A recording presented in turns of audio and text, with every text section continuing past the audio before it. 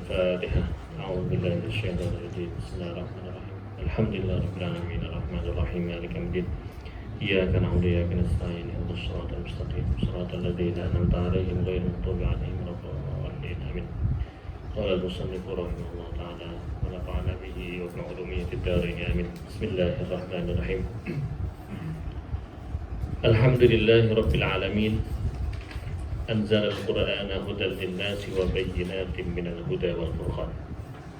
Ya, setiap kali kita membuka buku atau karangan ulama, ya, biasanya kita dapatkan diawali dengan Bismillahirrahmanirrahim. Ya, ini adalah melaksanakan salah satu pesan Nabi bahwa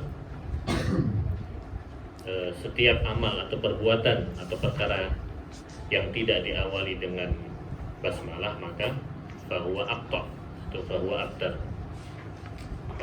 maka amal tersebut tidaklah sempurna, ya. Meskipun hadis ini adalah hadis dhaif, ya, tapi para ulama berpendapat bahwa mengamalkan hadis dhaif adalah boleh, ya. Bahkan dalam riwayat lain pernah saya baca di kitab Tadribur Rawi membahas tentang hadis ini, rawinya siapa, kemudian hukumnya hadisnya siapa, hukum hadisnya seperti apa. Itu dalam riwayat lain ada yang menjelaskan bahwa dengan redaksi begini: setiap amal yang tidak diawali dengan hamdalah bahwa aqta. Jadi justru redaksi lain bukan dengan basmalah tetapi hamdalah. Meskipun yang sering dipakai oleh para ulama yang bismillah, ya, basmalah. Ini untuk berharap bahwa apa yang dilakukan dan apa yang dikerjakan itu mendapatkan keridhaan Allah dan bisa sempurna. Makanya kita selalu dapatkan para mu'alif itu menuliskan basmalah di permulaan kitabnya. Selain itu juga tafaulan terhadap Al-Quran, ya. Al-Quran yang merupakan kitab suci juga ayat yang pertama kali adalah Bismillahirrahmanirrahim.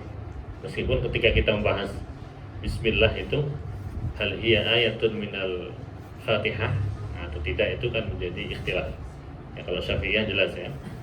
Tapi mazhab lain ada yang tidak mewajibkan baca basmalah ketika membaca surah Al-Fatihah. Karena jumhur atau mayoritas orang Indonesia adalah Syafi'i, tentunya akan terus mengidharkan, ya, Bismillahirrahmanirrahim dalam semua aspek, ya. Ketika nulis kitab juga Bismillah, ketika membaca Al-Fatihah apalagi, ya. Alhamdulillahirabbil alamin anzala al-Qur'ana hudan lin-nasi wa bayyinatin minal huda wal furqan. Segala puji bagi Allah, Tuhan semesta alam. Jadi puji dalam Al-Quran itu digunakan redaksi apa? Alhamdu. Apa perbedaan alhamdu dengan as-sana? Kalau alhamdu itu dikhususkan hanya untuk Allah Subhanahu wa taala. Tapi kalau as-sana bisa untuk makhluk. Ya, di Quran tidak as-sana lillahi rabbil alamin, tapi alhamdulillahi rabbil alamin. Anzalal Qur'ana hudan lin-nasi wa bayyinatin minal huda wal furqan. Allah yang telah menurunkan Al-Qur'an hudan lin-nasi untuk menjadi petunjuk, wa bayyinatin minal huda wal furqan, dan menjadi penjelas antara menjadi penjelas, ya, dari petunjuk, ya, dari petunjuk wal furqan dan pembeda. Jadi Al-Qur'an itu dalam ayat ini diambil dari salah satu substansi ayat, ya, syahrul Ramadan alladzi unzila fihi al-Qur'anu hudan lin-nasi wa bayyinatin minal huda wal furqan. Jadi salah satu fungsi Al-Qur'an diturunkan ke dunia ini, ya, adalah menjadi petunjuk bagi manusia. Petunjuk itu ibarat kita hidup atau berada di dalam ruangan yang gelap, kemudian di situ ada lampu sehingga kita bisa melihat. Nah, begitu juga Al-Quran Al-Quran diturunkan ke dunia ini, ya, kemudian posisinya menjadi petunjuk, menjadi lampu bagi kehidupan kita. Yang tadinya melihat perkara yang tidak jelas, ya, kemudian Al-Quran menjelaskan tentang perkara itu, apakah halal ataukah haram ataukah subhat dan seterusnya. Begitu juga Al-Quran adalah menjadi penjelas, ya, bahwa Al-Quran menjelaskan tentang berbagai hal, meskipun tidak semua hal, ya. Artinya di sini bahwa Al-Quran membutuhkan peranti atau perangkat lainnya untuk bisa difahami oleh manusia, yaitu salah satunya adalah as-sunnah. Misalnya ketika kita membaca Al-Quran, di situ ada perintah sholat misalnya, wa aqimus sholah, tetapi tidak ada satu ayat pun di Al-Quran yang menjelaskan tentang tata cara sholat secara detail, ya kan? Nah, maka disitulah manzilatus sunnah, posisi sunnah, posisi hadis Nabi untuk menjelaskan apa yang disebutkan di dalam Al-Quran yang masih sifatnya global. Makanya tidak benar orang yang hanya iktimad terhadap Al-Quran saja, ya. Ada sebuah kelompok atau golongan yang menamakan dirinya adalah Quraniyun, orang-orang yang hanya berpegang teguh pada Al-Quran saja tanpa beriktimat kepada sunnah, tanpa beriktimat kepada hadis Nabi Muhammad SAW. Itu yang tidak benar, karena hadis Nabi itu salah satu fungsinya adalah menafsiri atau menjelaskan apa yang ada di dalam Al-Quran. Dan ketika tidak heran ketika Sayyidah Aisyah, ya, ditanyai seperti apa akhlaknya Rasulullah SAW, ya. Kemudian Sayyidah Aisyah radhiyallahu anha mengatakan khuluquhu al-Quran, akhlaknya itu adalah Al-Quran. Berarti bahwa apa yang diidhofahkan, apa yang dinisbahkan kepada Nabi dari qaul, fi'l atau takrir itu adalah penjelasan dari apa yang ada di dalam Al-Quran. Makanya orang yang ingin mendalami Al-Quran harus mendalami tentang Nabi Muhammad SAW. Kita sekarang sudah masuk di bulan kelahiran Nabi, ya. Nah, jadi sangat bagus dan sangat cocok momennya ketika kita banyak membaca tentang sirah nabawiyah. Dengan kita membaca sirah nabawiyah berarti kita juga sedang mendalami Al-Quran, ya, karena Nabi itu adalah yang mendapatkan wahyu. Jadi segala tindak tanduknya, segala perbuatannya atau diam dan seterusnya adalah tidak ada yang tidak selaras dengan Al-Quran. Jadi selalu bersamaan dengan Al-Quran. Wa sallallahu ala sayyidina Muhammadin hadil basyariyah. Dan semoga Allah selalu memberikan rahmat kepada Sayyidina Muhammad sallallahu alaihi wasallam sebagai petunjuk bagi manusia. Dan selain basmalah, ya, basmalah, hamdalah, kemudian juga di dalam banyak buku-buku itu para mu'alif juga menuliskan sholawat. Jadi salah satu keutamaan, ya, seseorang menulis sholawat di dalam buku atau kitabnya adalah selagi tulisan itu masih tetap ada, maka kita akan terus mendapatkan rahmat dari Allah Subhanahu wa Ta'ala. Jadi hampir seperti orang yang membaca sholawat. Nah, ketika kita menulis buku kemudian diawali dengan sholawat, selagi sholawat itu masih termaktub dalam buku, dalam lembaran yang kita tulis, maka kita akan terus mendapatkan curahan rahmat dari Allah Subhanahu wa Ta'ala. Dalam hadisnya jelas, ya, barang siapa yang membaca sholawat kepada aku satu kali, maka akan diberikan rahmat 10 kali lipat, ya. Itu kalau satu, kalau puluhan atau ratusan atau lebih banyak, maka rahmat yang akan kita dapat akan lebih banyak. Jadi para ulama sudah mencontohkan kepada kita semua bahwa di dalam menulis, kita awal dengan basmalah dan hamdalah dan sholawat. Wa mungkin bani al-insan ala mada sinin wal azman wa ala alihi wa sahbihi wa man tabi'ahum bi ihsanin wa sallim tasliman katsira. Di dalam redaksi sholawat ya banyak sekali, dan Syekh Yusri pernah menjelaskan bahwa ketika kita baca sholawat dengan redaksi wa alihi ya, tanpa harus menyebut wa ashabihi, itu sudah cukup, artinya sudah masuk semua gitu. Karena kata al di situ artinya keluarga itu bisa secara biologis, bisa secara ikatan keumatan ya. Jadi yang biologis ya, artinya keturunan Nabi udah jelas ya, alu Sayyidina Rasul ya. Tapi al di sini juga bisa bermakna atau bermakna keluarga dalam arti ikatan antara umat dengan Nabi Muhammad Sallallahu Alaihi Wasallam. Jadi insya Allah kita juga sudah masuk ketika disebut wa alihi ya, wa ali Sayyidina Muhammad itu para ashab, para umatnya insya Allah sudah masuk. Dan redaksi taslim ya, wasallim taslima. Waktu itu ketika ketemu dengan cucu kedua 5 dari Syekh Abdul Qadir Jailani, Syekh Fadil ya. Waktu itu ketemu dengan sowan dengan Syekh Fadil di Darasah. Beliau pernah menjelaskan tentang redaksi Allahumma sholli wa sallim. Jadi kalau beliau memberikan penjelasan, kalau berselawat redaksi wa sallim jangan ditinggalkan. Karena yang diajarkan di Quran juga ya ayyuhalladzina amanu shollu alaihi wa sallimu taslima. Nah, istidlalnya dari situ. Jadi ketika ada sholli nanti akan diikuti dengan wasallim taslima. Itu akan lebih afdal.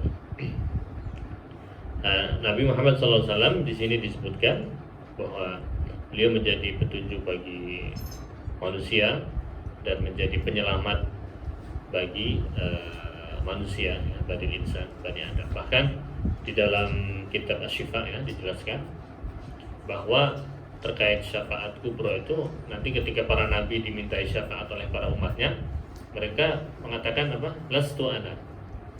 Kita umatnya Nabi Adam, umatnya Nabi Musa, umatnya Nabi Isa dan seterusnya datang ke nabi-nabi mereka minta syafaat. Kata para nabi itu lastu ana. Terakhir sampai Nabi Isa lastu ana juga. Kemudian Nabi Isa menunjukkan itu minta kepada Sayyidul Khatimul Anbiya wal Mursalin, minta kepada Nabi Muhammad Sallallahu Alaihi Wasallam. Nah, kemudian baru semua umat dari para nabi terdahulu minta syafaatnya ya, terlebih kita sebagai umatnya Nabi Muhammad Sallallahu Alaihi Wasallam minta syafaatnya kepada Rasulullah Sallallahu Alaihi Wasallam. Semoga kita semua termasuk umat beliau yang nantinya akan mendapatkan syafaatnya. Amin ya rabbal alamin. Amma ba'd.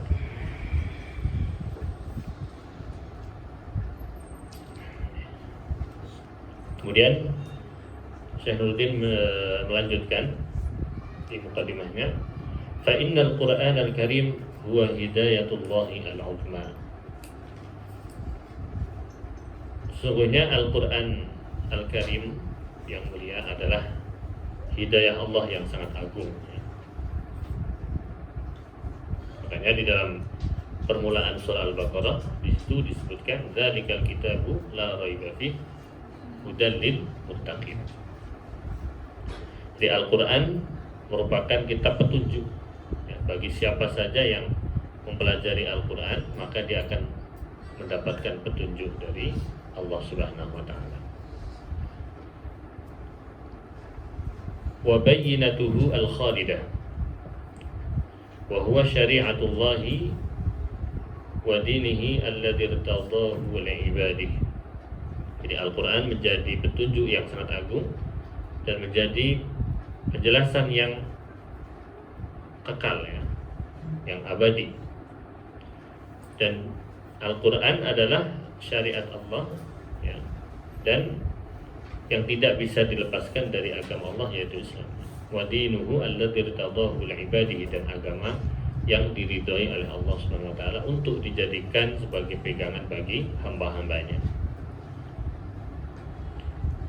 Man ibtaghal huda fi ghairihi falan yuqbala min.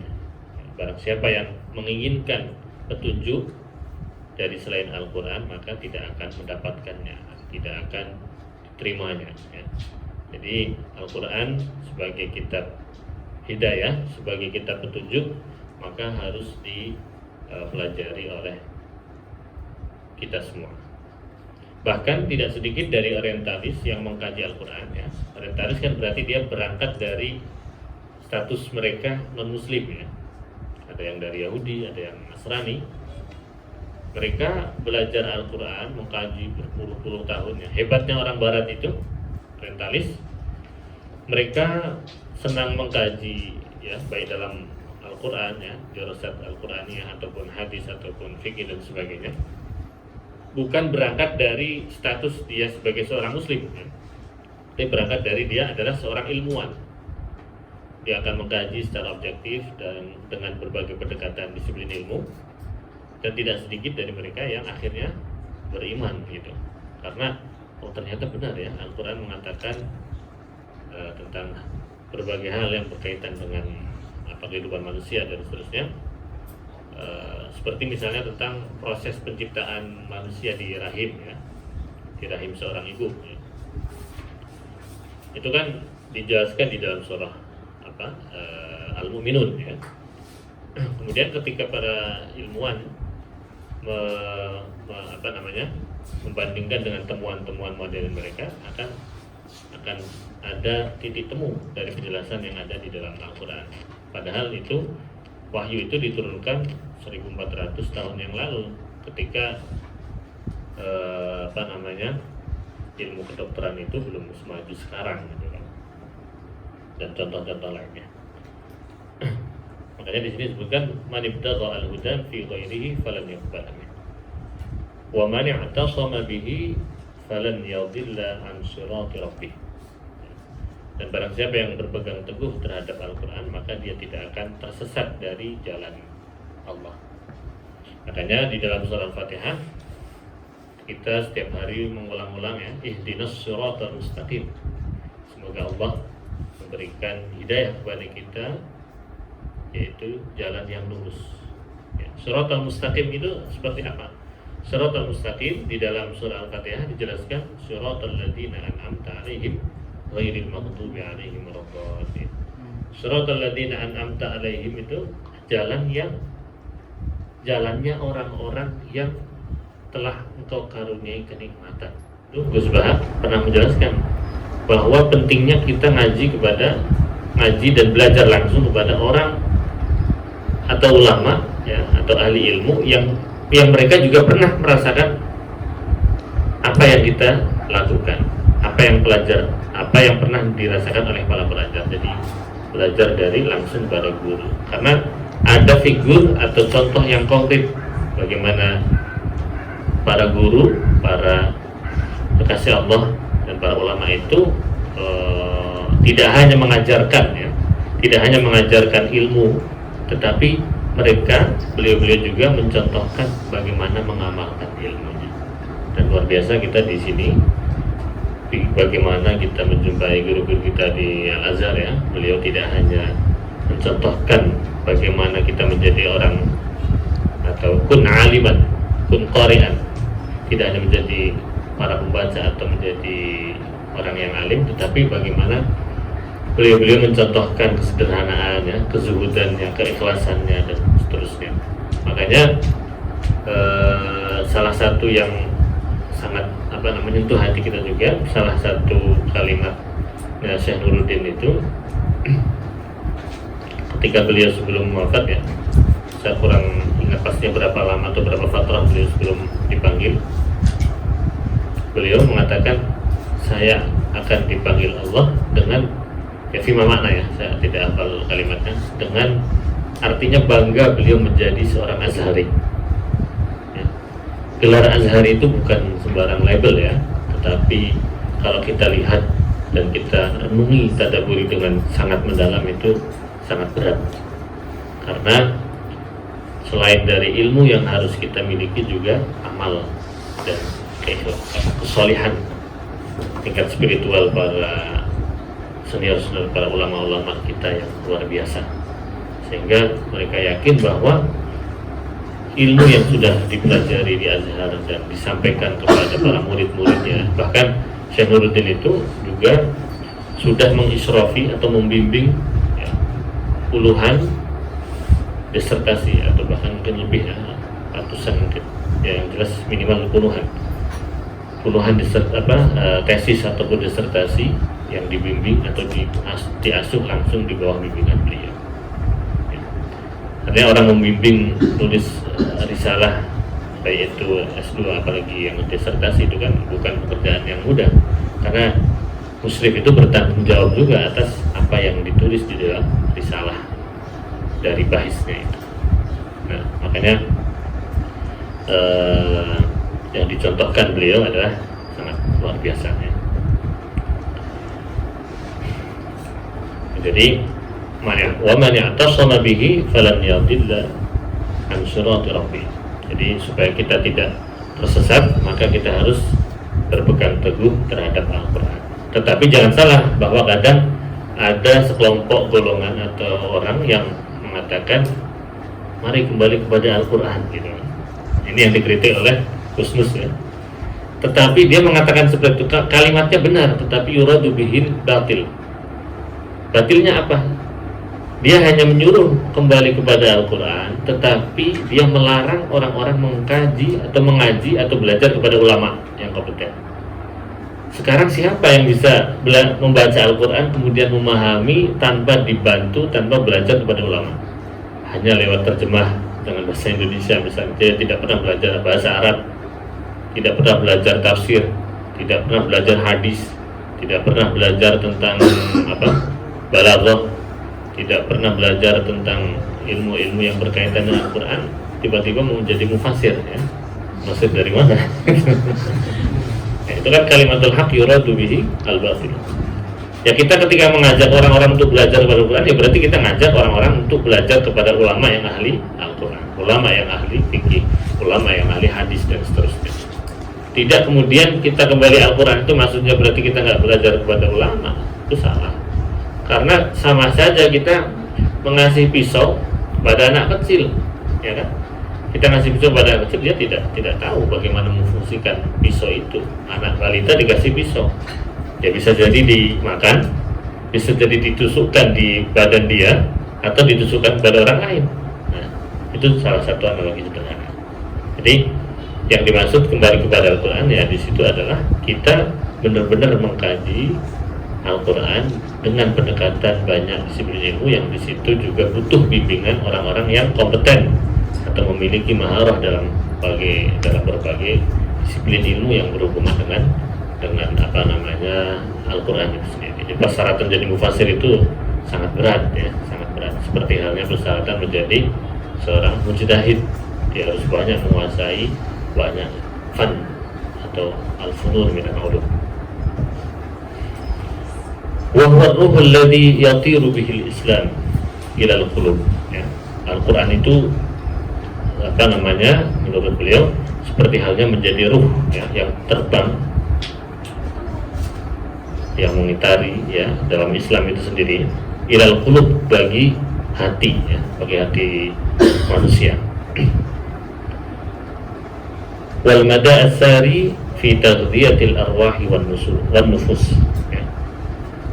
Al-mad ini artinya bisa as-sail atau kasratul ma', ya, banyaknya air ya. Kalau banyaknya air itu kan bisa mengaliri ya, seperti Nil misalnya. Nil itu kan menjadi jantung kehidupan bagi Mesir dan negara-negara yang dilewati oleh sungai Nil. Ada Sudan, ada Ethiopia dan seterusnya. Ya, kalau nggak ada Nil, nggak ada kehidupan ya. Ini sudah ada Nil pun bayar airnya tambah mahal kan. Tapi alhamdulillah masih ada Nil ini. Nah, sebagian mengatakan Nil itu termasuk min anharil jannah, sungai surga. Dan memang sungai Nil ini luar biasa ya. Kalau nggak ada Nil nggak ada kehidupan. Dan disebutkan dalam sebuah hikayat, barang siapa yang minum air dari sungai Nil maka dia akan kembali ke Mesir ya.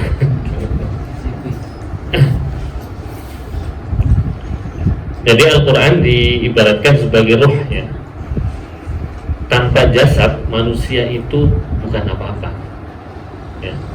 Jasad itu hanya sebagai apa? Tempatnya ruh. Tanpa ruh seseorang itu ya hanya tinggal jasad. Dia tidak akan disebut jasadnya fulan. Kan kita menyebut jasadnya bukan fulan lagi kan, tapi jenazahnya atau jasadnya gitu. Artinya sudah ada berpisah antara ruh dengan jasad. Nah, ketika seorang tidak tidak ada ikatan dengan Al-Quran, berarti dalam keagamaannya misalnya, berarti sama saja dia tidak sempurna. Sangat tidak bisa bergerak dengan sempurna, atau bahkan seperti kalmayit ya, orang yang meninggal. Nah, di sini disebutkan wa huwa ar-ruhul ladzi yatiru bil Islam ila al-qulub wal mada as-sari fi taghdhiyatil arwahi wan nufus. Menjadi air yang mengalir yang di situ menjadi asupan penting ya. Taghdhiyah menjadi asupan penting bagi arwah dan jiwa manusia. Ya, tanpa Al-Qur'an hati kita akan kering, jiwa kita akan kering. Sehingga tidak heran ketika seseorang sentuhan Al-Quran itu memang benar-benar sentuhan batin ya. Makanya disebutkan di dalam surah Al-Anfal, alladzina idza dzukirallahu wajilat qulubuhum. Salah satu tanda atau sebagian tanda orang-orang yang beriman itu adalah ketika disebutkan ayat Allah ya, dalam hari ini min babil aula adalah Al-Quran. Alladzina idza dzukirallahu wajilat qulubuhum, bergetar hatinya. Wa idza tuliyat 'alaihim ayatuhu zadatuhum imana. Dan ketika dibacakan ayat-ayat Allah Al-Quran, maka dia akan bertambah imannya. Sehingga tidak heran ketika seorang baca Al-Quran kemudian tiba-tiba nangis gitu kan, atau tiba-tiba ingat mati, ingat dosa dan seterusnya. Makanya suatu ketika Gus Mus pernah guyon, nyampain dengan nada guyonan ya. Pas saya membaca Al-Quran, ketika membaca sifat-sifat orang-orang beriman, orang-orang takwa, orang-orang soleh, orang-orang ulul absar, ulul albab, kok jauh banget ya dengan saya gitu. Terus kemudian beliau menambahkan lagi, tapi ketika saya membaca tentang ayat-ayat sifat orang-orang munafik, sifat orang-orang yang kufur nikmat, kok deket banget dengan sifat saya gitu. Ini sindiran pada kita ya. Artinya bahwa ketika kita berinteraksi dengan Al-Quran itu memang butuh interaksi batin yang sangat luar biasa. Makanya dalam banyak ayat itu disebutkan supportnya adalah yatadabbaru ayati. Bagaimana kita semua umat Nabi itu mampu mentadabburi ayat-ayat Allah, mampu mentadabburi kalamullah dengan kedekatan hati, dengan kedekatan jiwa kita semua.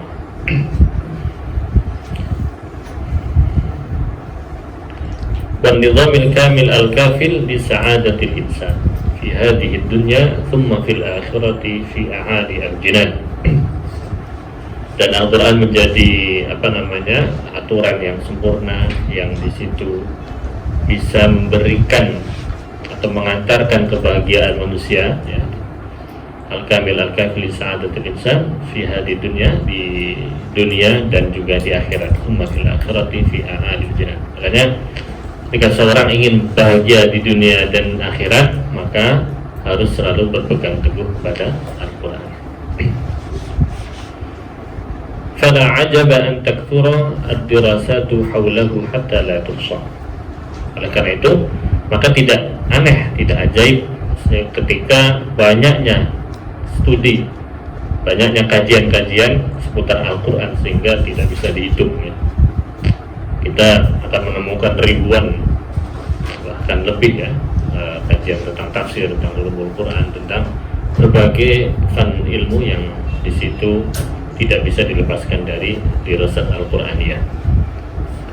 wa an tafida al-qara'iha wal aqlam bil mu'allafati min dirasatihi hatta la tustaqsa. Dan tidak heran juga ketika dengan adanya Al-Quran itu akan muncul ya banyak al-qara'ih itu jamak dari qarihah ya. Bisa diartikan bi'run atau malakah. Dari adanya Al-Quran itu akan muncul banyak mata air ya. Ini kinayah dari banyaknya ilmu yang muncul dari Al-Quran itu. Makanya di dalam Ihya Ulumuddin ya, Imam Al-Ghazali juga membahas tentang ilmu-ilmu yang ada di dalam Al-Quran.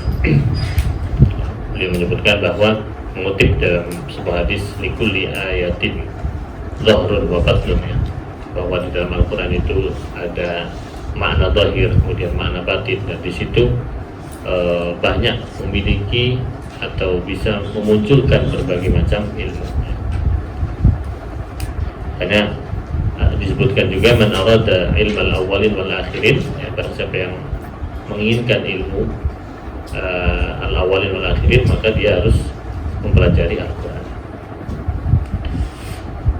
Wa antafidha al-qara'iha wal aqlama bil mu'allafati min darasatihi hatta tustaqsa ya. Dari Al-Quran itu juga akan muncul berbagai jutaan mu'allafat ya, yang ditulis karena bersumber dari kajian Al-Quran yang tidak bisa kita hitung juga saking banyaknya.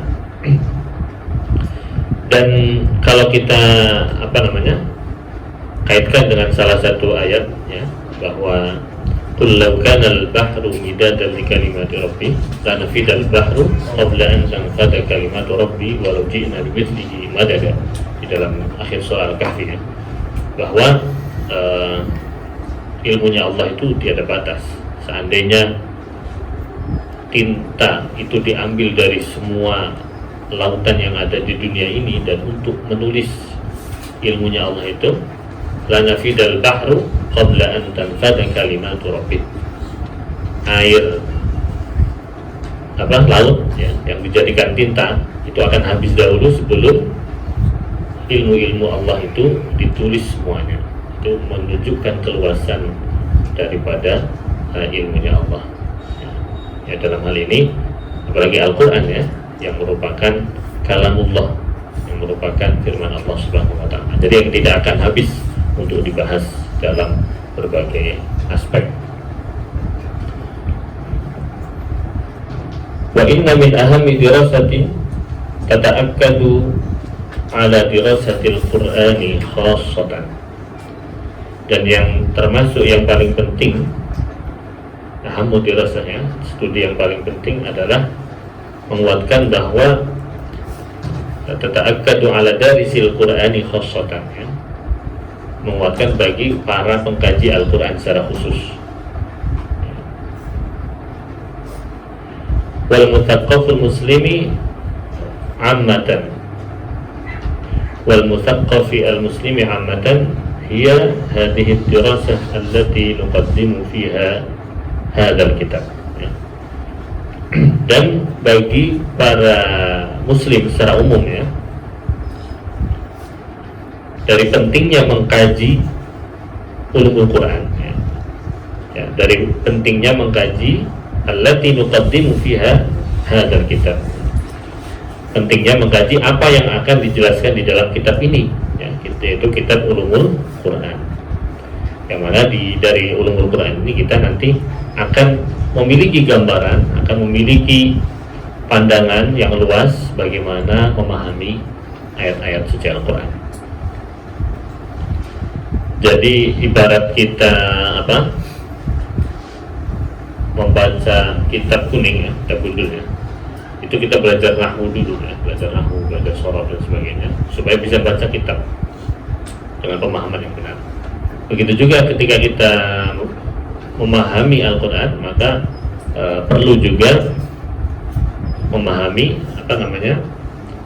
ulumul Quran, sehingga kita punya perangkat atau banyak perangkat, sehingga dari situ kita akan terbuka untuk di dalam memahami ayat suci Al-Quran.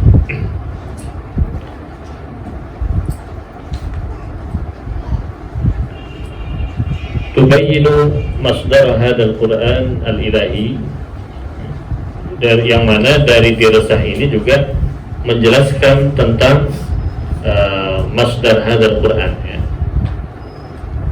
Menjelaskan tentang bahwa Al-Quran ini adalah merupakan kalamullah. Al-Quran merupakan firman Allah, ya, bukan perkataan manusia.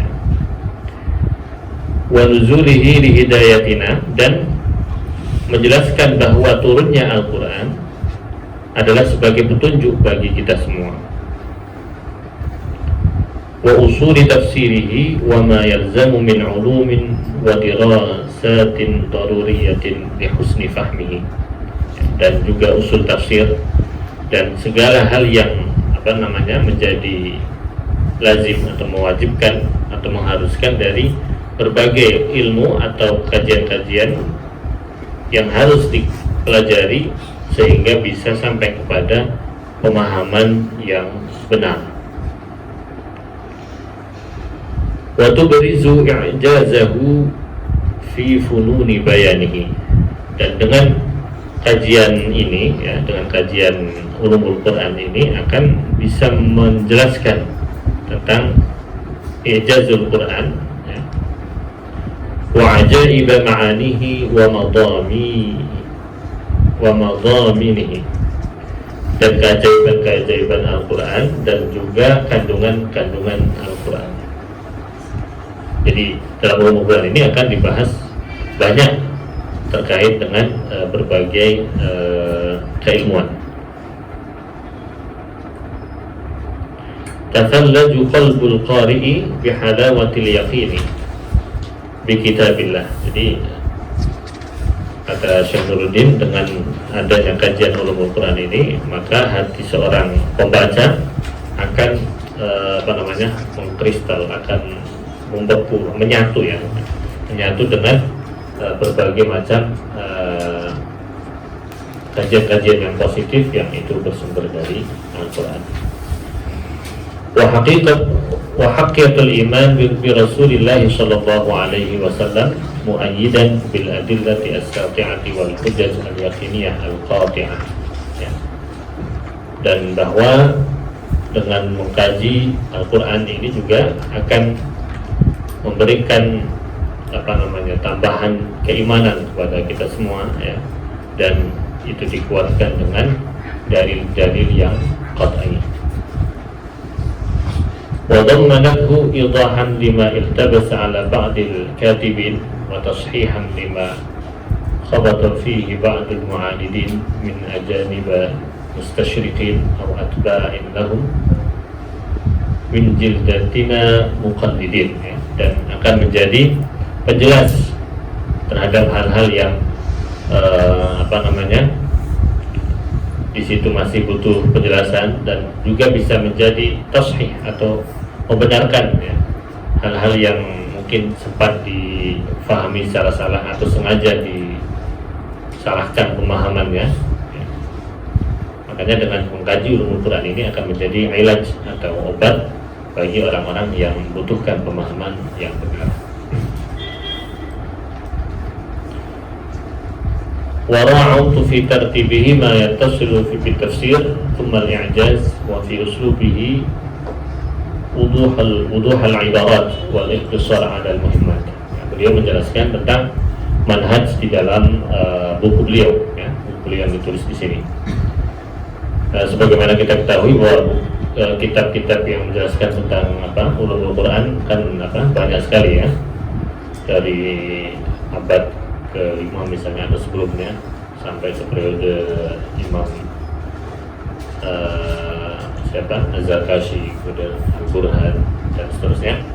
Nah, beliau di dalam kitab ini mencoba menyampaikan ulumul Quran dengan pembahasan yang sedang ya, tidak terlalu banyak seperti di Al-Burhan misalnya, atau di Al-Itqan, atau di Az-Ziyadah wal Ihsan karya Ibnu Athilah.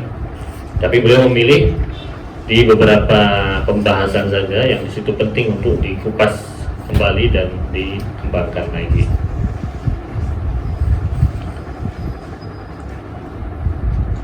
Beliau menjelaskan di sini wal iktisar 'alal muhimmat ya, diringkas dalam hal-hal yang penting, mimma yahtajuhu darisu asy-syar'i al-hanif wa raghibu ats-tsaqafah fi dhawil Qur'anil Karim ya. Di beberapa hal atau di hal-hal yang di situ dibutuhkan oleh para pengkaji syariat ya, dan orang-orang yang ingin mengkaji Al-Qur'an. Wa nawaddu an nunabbiha akhiran ila anna kulla muslimin yahtaju ila hadhihi dirasah. Dan di bagian terakhir ini saya ingin menjelaskan atau memberikan tanbih bahwa anna kulla muslimin yahtaju ila hadhihi dirasah fa in ahsasta bi syai'in fi sadrika farji' ila hadhihi dirasati wa ta'ammalha. Maka kalau kita semua merasa ada galauan ya, atau ada masalah di dalam hati kita, farji ila hadhihi dirasati wa ta'ammalha, maka kembalilah kepada kajian ini ya, ketika kita menjumpai beberapa muskilah atau hal-hal yang belum kita pahami dan lain sebagainya yang berhubungan dengan kajian ulumul Quran, maka kembalilah kepada buku ini atau dirasah ini dan renungkanlah, artinya baca berulang kali dan pahami dengan baik. Litajida rahatal qalbi bil iman, supaya kamu bisa mendapatkan supaya kalian bisa mendapatkan rahatal qalbi bil iman, kenikmatan tenangnya hati kita atau batin kita. Jadi kekayaan yang tidak ada tandingannya adalah kekayaan batin. Orang boleh saja memiliki harta banyak, misalnya memiliki harta banyak dengan ratusan miliar misalnya, atau berapa triliun, dengan banyaknya villa yang dimiliki, dengan banyaknya mobil ya, tapi tidak dengan banyaknya istri ya. Dengan istri cukup satu katanya. Itu adalah kekayaan dunia, belum tentu batinnya itu bahagia. Jadi kebahagiaan zahir tidak selalu berbanding lurus dengan kebahagiaan batin ya. Kadang orang kaya yang seperti saya sebutkan tadi itu belum tentu lebih bahagia dari orang yang hidup di jalanan misalnya. Orang yang nggak punya rumah, yang pakaian juga sudah nggak ganti selama berbulan-bulan misalnya kan. Ya, jangankan kamar yang ber-AC ya, atapnya aja langit gitu. Atapnya langit, tempat tidurnya beralaskan tikar gitu kan ada. Itu bisa jadi lebih bahagia dari orang-orang yang secara zahir memiliki materi yang lebih. Itu salah satu contoh. Makanya pentingnya kebahagiaan batin ya. Kebahagiaan batin itu terletak pada sejauh mana kita bersyukur atas nikmat yang kita dapat, dan sejauh mana kita bersabar atas cobaan yang kita dapatkan. Meskipun kita sempat galau ya dengan pandemi corona misalnya, meskipun sekarang alhamdulillah di Mesir sudah back to normal ya. Back to normal atau new normal ya, di Mesir alhamdulillah jauh lebih baik daripada di tempat-tempat lain terkait cobaan atau pandemi ini.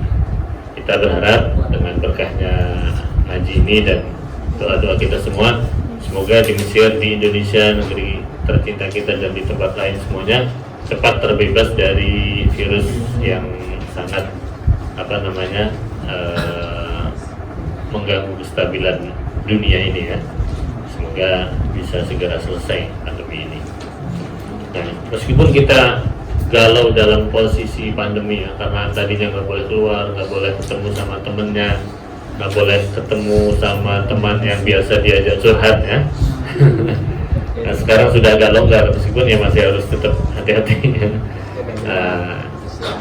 Itu adalah menggambarkan bahwa ternyata hal-hal yang sebelumnya ya, yang sebelumnya itu dianggap biasa-biasa saja, ya ketemu teman itu biasa banget kan, kumpul itu kan hal-hal yang biasa. Ternyata setelah ada corona kita merasakan justru hal yang semacam itu luar biasa mahalnya gitu kan. Kita bisa berkumpul ngaji, berkumpul silaturahim, banyak kegiatan dan sebagainya secara offline ternyata harus di-cut. Tapi setelah kita beberapa saat waktu itu merasakan keterputusan ya acara-acara atau kegiatan yang sifatnya offline, akhirnya harus tidak bisa melakukan hal yang semacam itu, dan kita bisa merasakan bahwa itu ternyata nikmat yang luar biasa. Itu adalah termasuk daripada pengejawantahan ya, apa yang di dalam Al-Quran disebutkan Rabbana ma khalaqta hadza batila. Jadi semua yang ditakdirkan Allah ada di dunia ini itu nggak ada yang batil, nggak ada yang sia-sia. Meskipun itu bentuknya adalah musibah atau bala, ketika dikaji dari banyak aspek itu akan ada hikmah, bahkan banyak hikmah. Sebelum ada corona, ya kegiatan yang bersifatnya live itu lebih sedikit kan ya. Tapi ketika setelah ada corona yang tidak bisa menjadikan program itu berjalan secara offline, luar biasa ya. Dalam setiap hari itu banyak ya, ribuan bahkan jutaan mungkin ya kalau di dunia ini kegiatan yang dilakukan secara online. Itu adalah luar biasa. Itu salah satu hikmah dari kondisi semacam ini. Litajida rahmatal qalbi bil iman wa da'u ilaiha min man tuhibbuhu wa man turidu qurbahu ila kitabillah li'annaha tazidu al-yaqin bi kitabillahi ta'ala wa turassihuhu. Jadi dengan kita kembali mensibukkan kita dengan dirasah studi Al-Quran, yang ulumul Quran ini akan menenangkan hati kita, jiwa kita ya. Kalau kita lihat profil Syekh Nuruddin, Syekh Ramadan Al-Buti itu, kita ngelihat itu, melihat wajahnya orang alim itu kan juga kebaikan gitu kan. Kita ngelihat itu adem gitu ya. Bandingkan ketika ngelihat wajah-wajah provokator ya. Ketika kita ngelihat aja udah gemes gitu kan. Bahasanya teman-teman Surabaya disebut ngeplay gitu kan. Bahasa teman-teman bodoh. Tapi kalau kita ngelihat orang alim, orang yang ahli ibadah, orang alim itu udah adem gitu. Kalau kita ngelihat Syekh Nuruddin, Syekh Ramadan Putih ya. Syekh Nuruddin kan sebelum wafat beliau sempat beberapa tahun yang lalu sempat diminta ngaji di Al-Azhar juga. Waktu itu sempat baca kitab ini juga. Tapi waktu itu saya juga berhalangan, nggak bisa ikut, tapi sempat ikut di videonya itu. Beliau sempat baca kitab ini juga. Jadi pembawaannya itu para ulama itu adem, tenang gitu loh. Ibarat gunung itu jejak gitu, udah nggak goyah galau itu, udah nggak. Jadi udah secara zahir dan batin itu udah jejak. Ibarat gunung itu udah nggak terombang-ambing. Ya. Karena galau itu penyakit anak muda gitu. Qala ta'ala kullu in ijtama'atil insu wal jinnu ala ay ya'tu bimithli hadzal qur'ani la ya'tuna bimithlihi walau kana ba'duhum li ba'din dhahira. Ya, Imam At-Tabari di dalam tafsirnya beliau mengatakan tafsir dari ayat ini, qul ya Muhammad lilladzina qalu laka, katakanlah wahai Nabi Muhammad SAW kepada orang-orang yang berkata kepadamu, inna na'ti bimithli hadzal qur'an, kita ya, mereka yang mengatakan kepada yang nantang Nabi Muhammad, mereka mengatakan inna na'ti bimithli hadzal qur'an, kita akan mendatangkan seperti yang ada di dalam Al-Qur'an. Kemudian katakanlah apa yang dikatakan kepada mereka, la ini jitama'atil insu wal jinnu ala ayyatu bimithli hadzal qur'an la ya'tuna bimithlihi. Katakan kepada mereka ya, dalam ayat ini ada sumpah, la ini jitama'atil ya, meskipun dikumpulkan dari golongan jin dan manusia untuk bekerja sama ya, membuat tandingan, buat tandingan Al-Quran, maka lah ya'tuna bimithlihi, mereka tidak akan mampu mendatangkan bimithlihi. Kata di sini bimithlihi ya, yang semisal Al-Quran, semisal saja tidak bisa, apalagi sama. Itu redaksi Al-Quran itu seperti itu. Jadi kita menghayal Al-Quran itu tidak hanya dengan seperti memahami baca berita ya, satu makna tidak, tapi satu lafaz itu kadang memiliki banyak makna dan banyak majaz, kinayah dan seterusnya. Walau kana ba'duhum li ba'din dhahir, meskipun antara satu dengan lainnya itu menjadi saling tolong menolong, saling bekerja sama gitu.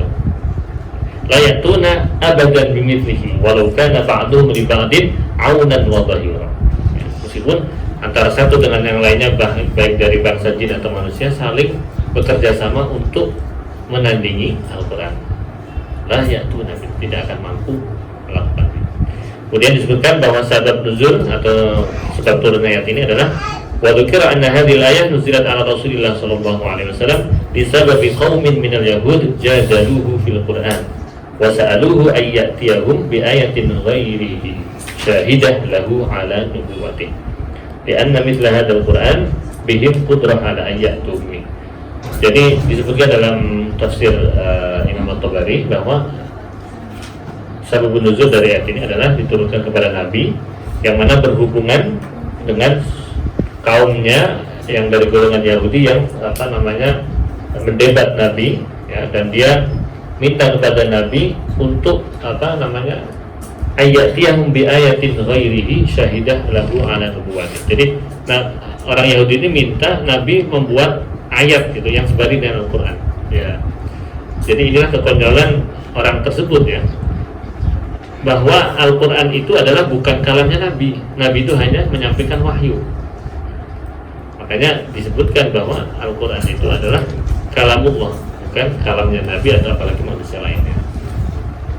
Sehingga perkataan Yahudi ini yang mengatakan bahwa mereka mampu melakukan atau membuat kalimat yang sebanding dengan Al-Quran ya. Dalam kalimat dia mengatakan di anna mithla hadzal Qur'an bihim qudrah ala ayatu bihi. Dalam pandangan orang Yahudi itu mereka mampu untuk membuat tandingan Al-Qur'an.